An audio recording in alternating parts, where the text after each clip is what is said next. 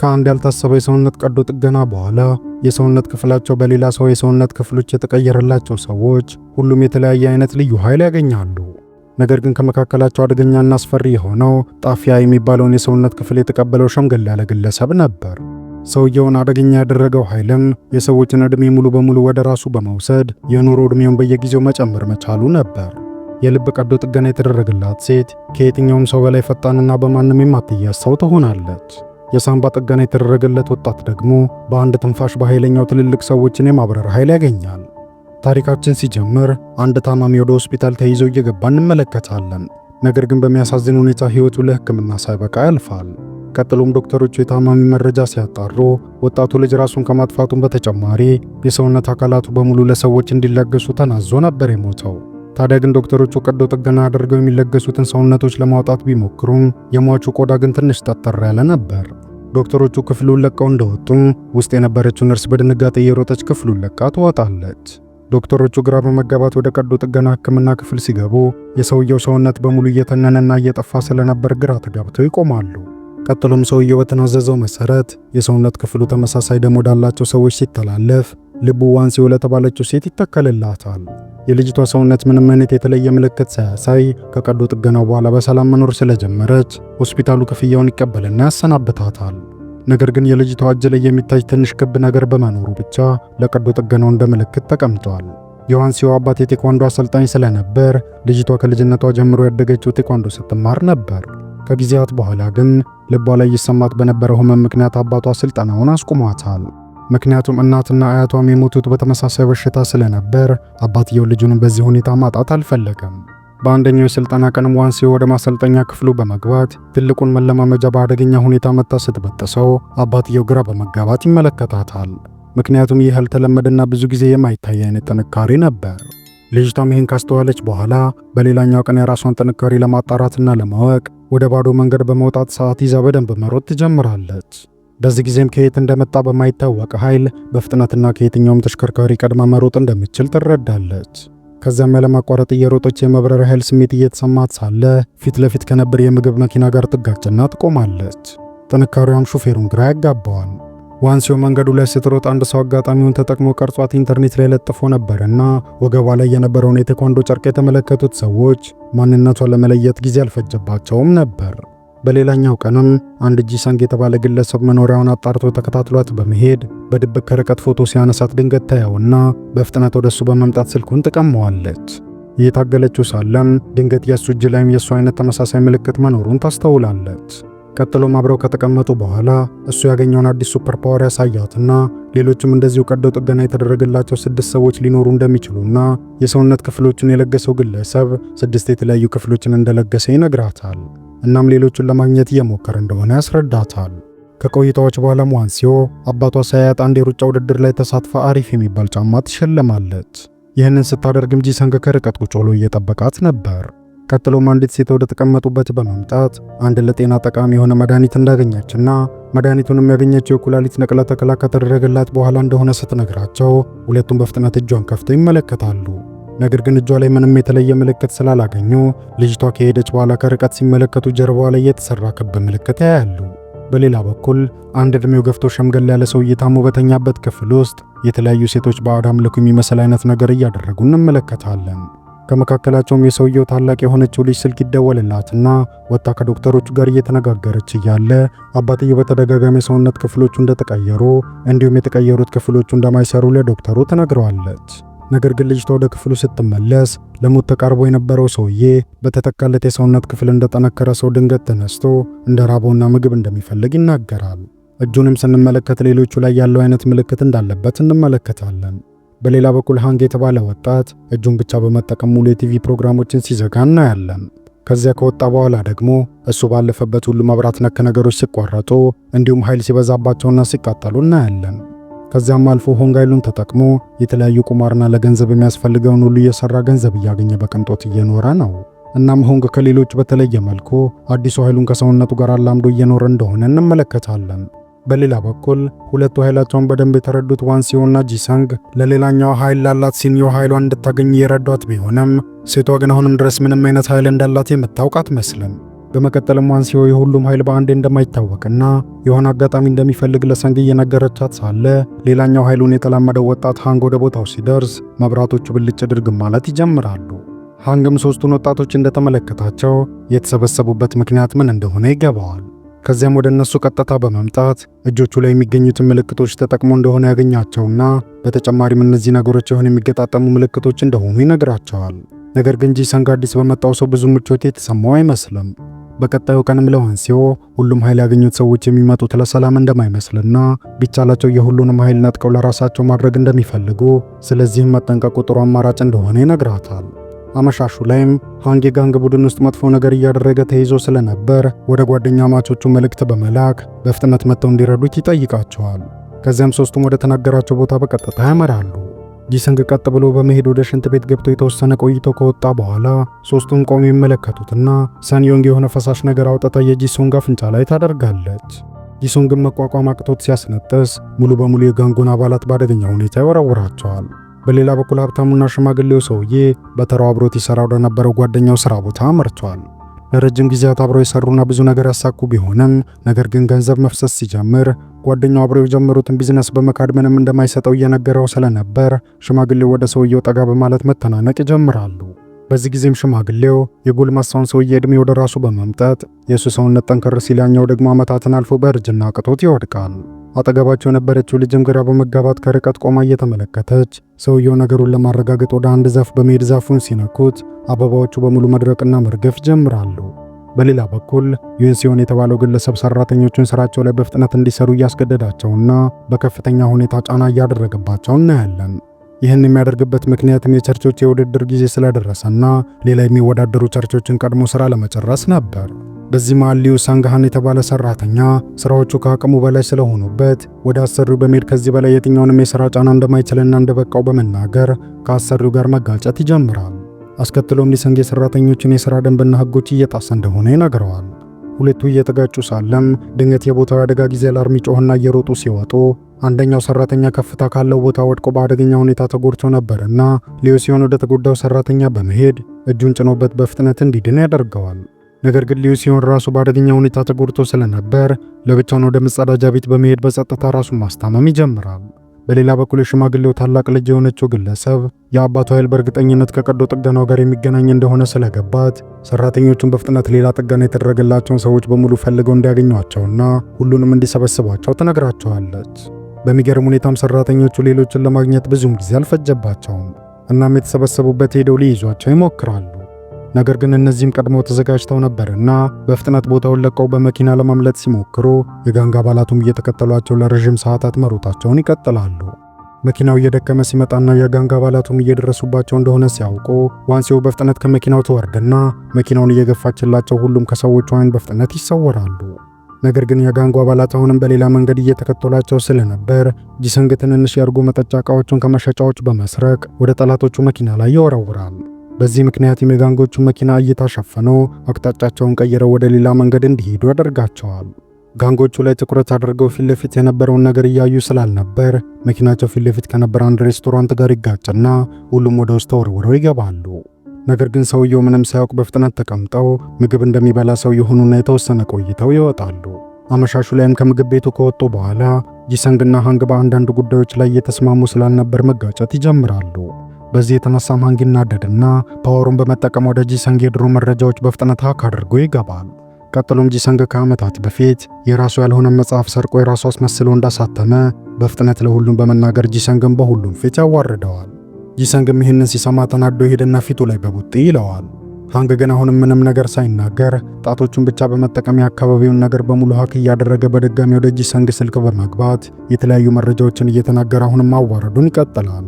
ዋንሲዮ ነገሩን መባባስ ስለገባት ጂሰንግን ይዛው ለመሄድ ብትሞክርም ጂሰንግ ግን አሁንም ሃንግን እስካሁን አብረን የነበርነው እንደ ጓደኛ አምነን ይመስልሃል? አብረን የነበርነው ፈልገህ ስለመጣህ ብቻ ነው ይለዋል። በዚህ ንግግሩ ምክንያት ሁኔታዎች ትንሽ ይባባሱና ሁሉም በየራሳቸው ከቆሙበት መስቀለኛ መንገድ ተከፋፍለው ወደ ራሳቸው መንገድ ይሄዳሉ። ዋንሲዮ ግን በተፈጠረው ነገር ያዘነችው ብቸኛ ሰው እሷ ብቻ ነበረች። ለዓመታት በሕክምና ምክንያት ከትምህርት ቤት ፈቃድ ወስዳ ስለነበር ለረጅም ዓመታት አንድም ጓደኛ አልነበራትም። ከጂሰንግና ሌሎቹ ጋር የምታሳልፈው ጊዜ ለሷ የደስታ ጊዜ ስለነበር እንዲህ በቀላሉ መለያየታቸው በጣም አሳዝኗታል። ቀጥሎም ስናየው አብሯት ይሰራ የነበረን ግለሰብ ለመጠየቅ ወደ ሆስፒታል ስትሄድ ድንገት በሕክምና ባለሙያዎች እንዳትገባ ትከለከላለች። ከዛም አንደኛዋ ሴት ጓደኛዋ ለብቻዋ ወስዳት እሷን ከእሳት አደጋው ለማዳን ሲሞክር ሕይወቱ እንዳለፈ ነግራት ታጽናናትና ለብቻዋ ጥላት ትሄዳለች። በቀጣዩ ቀን ጂሰንግ ወደ ዋንሲዮ በመመለስ ለተፈጠረው ነገር ይቅርታ ከጠየቃት በኋላ ማታ ሃንግ ያወራውን የመጽሐፉን ጉዳይ ይነግራታል። መጽሐፉን ከጓደኛው ጋር አብረው መስራት እንደጀመሩ፣ ነገር ግን ጓደኛው በፍጥነት መጽሐፉን መጻፍ እንዳቆመና እሱ ለብቻው ጽፎ እንደጨረሰ ይነግራታል።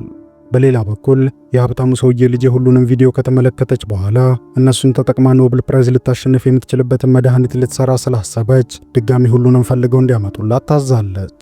በሌላ በኩል ጓደኝነታቸውን ለመመለስና አብረው ለመሆን መፈላለግ ይጀምራሉ። ከተወሰኑ ቆይታዎች በኋላ ሁሉም አንድ ቦታ ይቀጣጠሩና ተገናኝተው እንደገና መነጋገር ይጀምራሉ።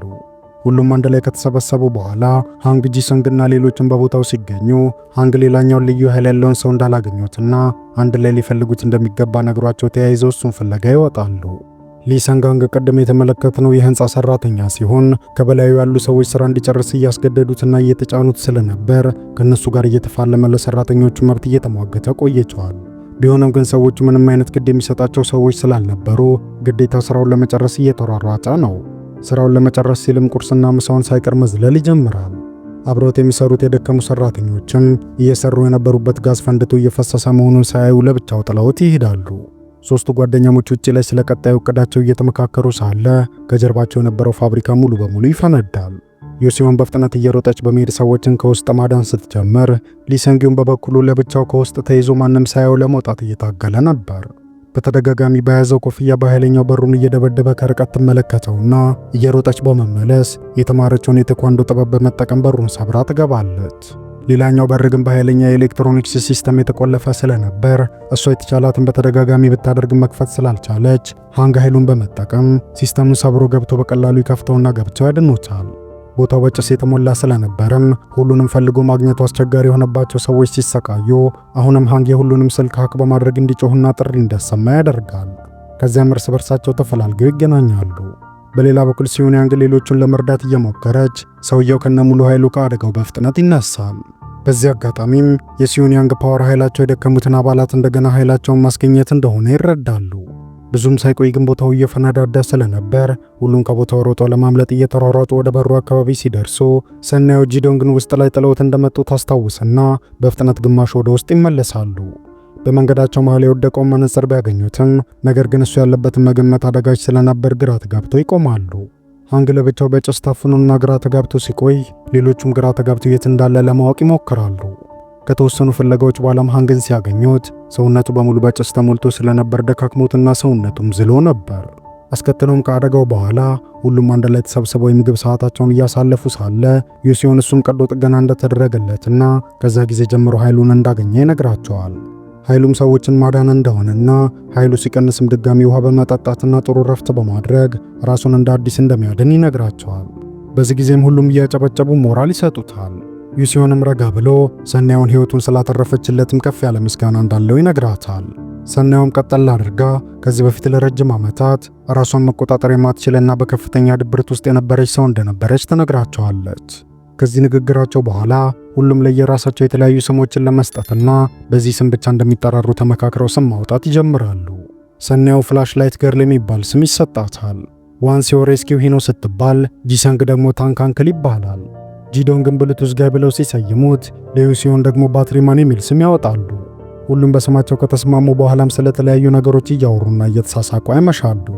በቀጣዩ ቀን ዮሲዮን ጉዳት የደረሰበትን ሊሰንግ ለመጠየቅ ወደ ሆስፒታል እየሄደች ሳለ የሰዎችን ዕድሜ የሚወስደውን ሽማግሌ ሳታስበው ታገኘዋለች። ሊሲዮን ለቸርች ሰዎች ክብር ለማሳየት ዝግ ብሎ ሰላምታ እያቀረበ ሳለ ድንገት ሳያስበው እጁ ላይ የነበረውን ምልክት ሰዎቹ ያስተውሉበታል። ሰውየውን በጉጉትና በድንጋጤ ጠጋ ብሎ እጁን በመያዝ ይህ ነገር ንቅሳት ነው ወይ ብሎ ይጠይቀዋል። ዮሲዮን ግን ልዩ ኃይል የሚለውን ቃል መናገር ስላልፈለገ ከተወሰኑ ቀናት በፊት ሰውነቱ ላይ ቀዶ ጥገና አድርጎ እንደነበርና ከዚያ በኋላ የመጣ ንቅሳት እንደሆነ ይነግረዋል። በዚህ ጊዜም ሽማግሌው የተለየ ሌላ ምልክት አለ ወይ ብሎ ይጠይቀዋል። ዮሲዮንም በጣም ጤናና ደስታ እንደሚሰማው ከተናገረ በኋላ ሰውየው ስሙን ብቻ በደንብ ጠይቆት ማንነቱን ካጣራ በኋላ በፍጥነት ከቦታው ወጥቶ ይሄዳል። ምሽት ላይ ዮሲዮን እንደተለመደው የምሽት ስራውን ለመስራት መኪናውን ይዞ ከወጣ በኋላ እንዲያደርሰው ወደ ደወለለት ግለሰብ በመሄድ ወደ ተነገረው አቅጣጫ መሄድ ይጀምራል። እሱ ያላወቀው ነገር ግን ሰውየው በሽማግሌው የተቀጠረ አደገኛ ነፍሰ ገዳይ ነበር። ዩሲዮን በቀጣዩ ሰዓት ከተኛበት ሲነቃ ራሱን ድብቅ ላቦራቶሪ ውስጥ በዶክተሮች ተከቦ ያገኘዋል። ዶክተሮቹ ያለምንም ተጨማሪ ማደንዘዣ ጉበቱን ነቅለው ሊያወጡት ሲሞክሩ ሽማግሌው ይደርስና ከመሞቱ በፊት ዕድሜውን ቀንሶ መውሰድ እንደሚፈልግ ነግሯቸው ኃይሉን ለመጠቀም ይሞክራል።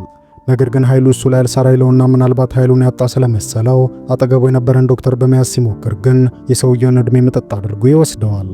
በዚህ ጊዜም ቀዶ ጥገና የተደረገላቸው ሰዎች ላይ ልዩ ኃይሉ እንደማይሰራ ስለገባው ግዴታ ጉበቱን ነቅለው እንዲቀይሩለት ይነግራቸዋል። ቀዶ ጥገናውን ማድረግ አስቸጋሪ ስለነበረም የሰውየው ልጅ ግራ ተጋብታ ሌሎቹን ሰዎች ፈልገው እንዳይመጧቸው ታዛቸዋለች። በሌላ በኩል ጂሰንግን ለብቻው መንገድ ላይ አግኝተውት ስለነበር አደገኛ የተባለ መርዛማ ነገር አፍንጫው ላይ አድርገው በማፈን ራሱን እንዲሰጥ ያደርጉታል። ሰናዩና ሃንግን በተመሳሳይ ሁኔታ ታግተው ይወሰዳሉ። በስተመጨረሻም ዋንሲዮን ወደ አባቷ ቤት በመሄድ ለመያዝ ሲሞክሩ አባቷ በፍጥነት ልብሱን በመቀያየር በቴኳንዶ ሊፋለማቸው ያስባል። ምንም ያህል እሱ እየተፋለማቸው ቢመስለውም ግን ልጁ ከኋላ ሁሉንም በፍጥነት እየመታች አጠገቡ እንዳይደርሱ ታደርጋቸዋለች። አባትየውም ግራ ተጋብቶ እሱ ያደረገ እየመሰለው ተደስቶ ይመለሳል። እሷ ግን ከርቀት አስፈራርታቸው እንዲመለሱ ታደርጋቸዋለች። በሌላ በኩል የተቀሩት የተወሰዱት አባላት ኃይላቸውን ማንቀሳቀስ በማይችሉበት አደገኛ ቦታ የታሰሩ ሲሆን ከጉበት ንቅለ ተከላው በኋላም ሽማግሌው ሰውዬ ከራሱ ልጅ በላይ ወጣትና አማላይ ይሆናል። የሰውየው ልጅም አባቷ ሲሞት ሁሉንም ነገር ለመውረስ ያሰበች ቢሆንም አሁን ግን ማን ቀድሞ እንደሚሞት ምንም የተረጋገጠ ነገር የለም። ሽማግሌው ወጣት ከሆነ በኋላም ሻወር ገብቶ ራሱን በመስታወት እየተመለከተ ይደነቃል። በድንገት ሙሉ ክፍሉ በጨለማ ይዋጥና አደገኛ ነገሮች መታየት ይጀምራሉ። ከውስጥ በኩል ከፍተኛ ብርሃን ያለው ነገር ቀስ እያለ እየጠራው ስለነበር ጠጋ በማለት ምን እንደሆነ ማየት ይጀምራል። ነገር ግን ከውስጥ የነበረው ኃይል ጎትቶ በመያዝ በእርጅናና በወጣቱነቱ ዕድሜ እያጋጨ በተደጋጋሚ ሰውነቱን እያሳየ ካስፈራራው በኋላ ይለቀዋል። ቆየት ብሎም እጁን ሲመለከት መስታወቱን የመታበት እጁ በከፍተኛ ሁኔታ ተጎድቶ ነበር። ሽማግሌው ግን አሁንም ባገኘው ነገር ደስተኛ ስላልነበር የተቀሩትን አባላት የሰውነት ክፍሎችን በጥገና እንዲቀይሩለት ያዛቸዋል። አምላክ የሚያደርገውን ኃይል ማግኘት መፈለጉን የተረዳችው ልጅን የአባቷን ትዕዛዝ እምቢ በማለት እንደማትችል ትነግረዋለች። ሰውየው አሁን በጣም አደገኛና አስፈሪ የሚባሉ ኃይሎችን ይዟል። ልጅቷ አንድ በአንድ የሌሎቹን ኃይል ከመውሰዷ በፊት ቅድሚያ ሃንግ የተባለውን የኤሌክትሪክ ኃይል ያለውን ልጅ ልታስቀድም ተወስናለች። ሃንግ ምንም እንኳን እጁ ቢታሰርም ግን የእግሩን ጣቶች በመጠቀም እንደምንም ብሎ ለዋናው ያለበትን ቦታ በመልእክት ይልክላታል። የልጁ ኃይል ይህንን ከማድረጉ በተጨማሪ ሰናዩ ታስራ የነበረበትን ክፍልም በቀላሉ ሰብሮት እንድትወጣ አድርጓታል። ይህን ያደረገውም ዶክተሩ ማደንዘዣ ሰጥቶ ሳይደነዝዘው በፊት ስለነበር በቀላሉ ቡድኑን ማሰባሰብ እንዲችል አድርጎታል። ዋናው ጓደኞቿን ለማዳን ከቤት ስትወጣ አባትዬ በቀድሞ ፊልም ላይ ያደረገው ነገር የልብ ልብ ሰጥቶት ስለነበር አብሯት ወደ ቦታው ጉዞ ይጀምራል። ከቆይታዎች በኋላም የሃንግ አይኖች በጣም ተጎድተው ኃይሉን በተወሰነ መልኩ ቢያጣም ነገር ግን የተቀረው አይኑን ከማጣቱ በፊት ይነቃል። ዩንሲዮን አንደኛውን የአይን ጣፊያ ከወሰደ በኋላ ራሱን ለማከም ከሌላኛው የወሰደውን የጉበት ክፍል ይጠቀምና ወደ ጤናማ ሰውነቱ ይመለሳል። የራሱን አይንም በሚገርም ሁኔታ ካስተካከለ በኋላ ትዕይንታችን ወደ አንድ የቸርች መርሃ ግብር ይወስደናል። ቀጥሎም ዩንሲዮን ለተሰበሰቡት ሰዎች የሚገራርሙ ነገሮችን እያሳያቸው እሱን እንደ አምላክ እንዲያስቡት ማድረግ ይጀምራል። ከዚያ በኋላም ወደ ታች በመውረድ ዊልቸር ላይ የተቀመጡ ሰዎችን ተነስተው እንዲራመዱ ያደርጋቸዋል። ከዚያ በተጨማሪም በአደገኛ ሁኔታ ለዓመታት ታማ የነበረችን ልጅን ሰውነቷን በመንካት ከህመሟ ነፃ ያደርጋታል። ይህን የተመለከቱት ሰዎችም ተንበርክከው ምስጋናቸውን ማቅረብ ይጀምራሉ። ቀጥሎም ዋንሲዮ ወደ ቦታው እንደደረሰች ይገባውና መንገዳቸውን በሙሉ ከፋፍቶላቸው ወደ እሱ እንድትደርስ ያደርጋታል። እነሱ እሱ ወዳለበት ከመድረሳቸው በፊትም መቀመጫው ላይ እንደ ንጉሥ ተቀምጦ ይጠብቃቸዋል። እጁ ላይ የነበረው ምልክት ካየች በኋላ ዋንሲዮ በፍጥነት እጁን ብትሰብረውም ነገር ግን ውሃ በመጠጣት በፍጥነት ወደ ቀደመ ቅርጹ ይመለሳል። በመቀጠልም ሰናዩና ጂሰንግ በመምጣት ቡድኑ ወደ ሶስት ያደርግላቸዋል። ከተመለከታቸው በኋላም በጣም ጥሩ፣ ሁላችሁም የሰውነት ክፍላችሁን በሰላማዊ መንገድ ላይ ያስረክቡኝ ይላቸዋል። የዋንሲዮ አባት በንዴት ወደ ሰውየው እየሮጠ ለማጥቃት ቢሄድም እሱ ግን በቀላሉ ይዞ የወረወረውና በአደገኛው ከመጎዳቱ በፊት ልጅየው ደርሳ ታድነዋለች። በመቀጠልም ዋንሲዮ ከዮንግቹን ጋር አደገኛ ፍልሚያ ማድረግ ትጀምራለች። ሁለቱም ጥሩ የሚባል ፍልሚያ እያደረጉ በአደገኛ ሁኔታ ቢፋለሙም ነገር ግን የዮንግቹን ኃይል ለመቆጣጠር የሚከብድ ስለነበር ዋንሲዮ በቀላሉ ትሸነፋለች። ከዚያም ጂሰንግና ሰንዮ ወደ እሷ ሄደው ጠጋ በማለት ጂሰንግ ዮንግቹን በትንፋሹ ወደ ጎን እንዲበር ያደርገዋል። ነገር ግን ወዲያው ተመልሶ ይመጣል። ጂሰንግ በቀላሉ በጣቱ ብቻ ነክቶ ከጣለው በኋላም ሰንዮ ግን ሲመለከታት የሁሉንም ኃይል በቀላሉ በእሷ በኩል መቀበል እንደሚችል ይረዳል። ስለዚህ እሷ ላይ ምንም ጥቃት ሳያደርስባት የሌሎቹን ኃይል ወደ እሱ እንድታስተላልፍለት ይጠይቃታል። ቀጥሎም ሌሎቹ አባላት ማለትም ሃንግ ዲጆንግና ዩሲዮን አመልጠው ወደ ፍልሚያ ቦታው ይደርሳሉ። ዮንግቹን ግን ሁሉንም አንድ ላይ ለመፋለምና የሚፈልገውን ለማግኘት በደንብ ዝግጁ ይመስላል። ዋንሲዮ ከፊት ለፊት ሆና የተለያዩ መንገዶችን ተጠቅማ ለመፋለም ብትሞክርም ነገር ግን የሽማግሌው ኃይል ከሁሉም አስፈሪና ከሁሉም የላቀ ስለነበር እሱም በቀላሉ ማሸነፍ የማይታሰብ ነው። ሁሉም ተራ በተራ ኃይላቸውን ተጠቅመው በመፋለም ከክፋት ለመዳን እየታገሩ ቤቱ መነቃነቅ ሲጀምር፣ በሌላ በኩል ቸርች ውስጥ እየጸለዩ የነበሩ ሰዎች ቤቱ ሲንቀሳቀስ በደስታ መዝለል ይጀምራሉ። ዮንግቹን በበኩሉ በተደጋጋሚ ራሱን ከጉዳት እያዳነ ጂሰንግን በቀላሉ አንቆት መሬት ላይ ካጋጨው በኋላ ዋንሲዮ እንደ እስክትተፋ አንገቷን አንቆ ለረጅም ደቂቃዎች ያሰቃያታል። ቀጥሎም ወደ ሳንዮ በመሄድ የሌሎቹን ኃይል ለመውሰድ እጇን ቢይዛትም ነገር ግን ሌሎቹ ኃይላቸውን በሙሉ ቀደም ብለው ለዋንሲዮ ከመስጠታቸው በተጨማሪ ዮንግቹን የሳንዮን እጅ በያዘበት ቅጽበት ራሱን የማዳን ኃይሉም ሳይቀር ወደ እሷ ተላልፏል። አሁን ዋንሲዮ በዚህ ሁሉ ኃይልና አደገኛ ብቃት በቀላሉ የማትሸነፍና የማትያዝ ስለሆነች ዮንግቹንን እያሰቃየችና እያዳፋች በቀላሉ ማሸነፍ ትችላለች። ቦታው ላይ የነበረው አደገኛው የኤሌክትሪክ ኃይልም በከፍተኛ ሁኔታ እየፈነዳና ሁሉንም ሊጨርሳቸው ሲል ሃንግ ያለምንም ፍርሃት ወደ ኤሌክትሪኩ በመሄድ በፍጥነት ያስቆመዋል። የሃንግን የተጎዳ ሰውነት ለማዳን ሁሉም ተያይዘው ኃይሉን ለመመለስ እየታገሉ ሳለ ዮንግቹን በመሃል ይገባና ድጋሚ ኃይላቸውን ለመስረቅ እጃቸውን ይዞ ያሰቃያቸዋል። በመሃልም የዋንሲዮ አባት ከየት መጣ ሳይባል ይመጣና በአደገኛ ሁኔታ በመምታት ከመሃል ነጥሎ ይወረውረዋል። አሁን የነበረው ኃይል ሙሉ በሙሉ ከሰውነቱ ወጥቶ ስላለቀ ድጋሚ ዕድሜውና ሰውነቱ ወደ ቀደመ ሁኔታው ይመለሳል። በመቀጠልም ሃንግ ጣቶቹን ተጠቅሞ ዕድሜው ያረጀውንና የደከመውን ሽማግሌ ወደ ላይ እንዲወጣ በማድረግ ለሁሉም የቸርች ሰዎች አምላክ የሚሉት ሰው ገጽታ ምን እንደሚመስል ያሳያቸዋል። በዚህ ሁሉ የተለያየ ፈተናና መከራ መካከል ያለፉት ጀግናዎች በስተመጨረሻም ተሰብስበው ምግባቸውን እየበሉ ያለፉትን ነገር በሙሉ እየተወያዩ መሳሳቅና መገምገም ይጀምራሉ። በስተመጨረሻም ታሪካችን ይጠናቀቃል። ከዚህ ቀጥሎ በምስሉ ላይ የምትመለከቱትን ምርጥ ፊልም ተጋበዙልኝ። እንደዚህ አይነት ጸዴ ፊልሞች ሲለቀቁ እንዲደርሷችሁ ቪዲዮውን ላይክ፣ ቻናሉን ደግሞ ሰብስክራይብ በማድረግ የደወል ምልክቷን ማብራት እንዳይረሳ።